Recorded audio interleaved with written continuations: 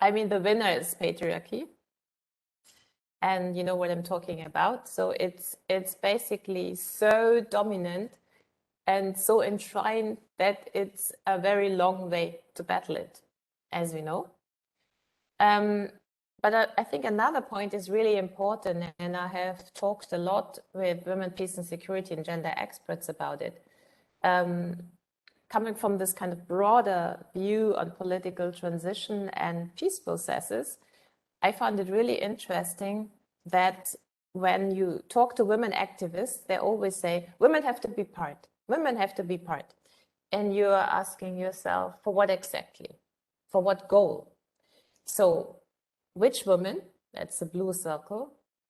And what we found is basically 3 different goals. One goal is to representation, to shout, where are the women? And that's very fair. The other one is how much power do these women that sit there have? And that depends on decision-making structures and all sorts of other factors that are necessary. And the other one is how gender inclusive are the outcomes of processes. Like in the Colombian peace process, they set up this famous gender commission that was mainstreaming all partial results in the final agreements for gender inclusive outcomes. That was a big success, and they made it to, they had a lot of gender provisions. The problem is most of the gender provisions have never been implemented. So you see, even it's not enough to have the provisions in, you also need to make sure that they are implemented. And it's also, you need to be clear when we talk about influence, what do you influence?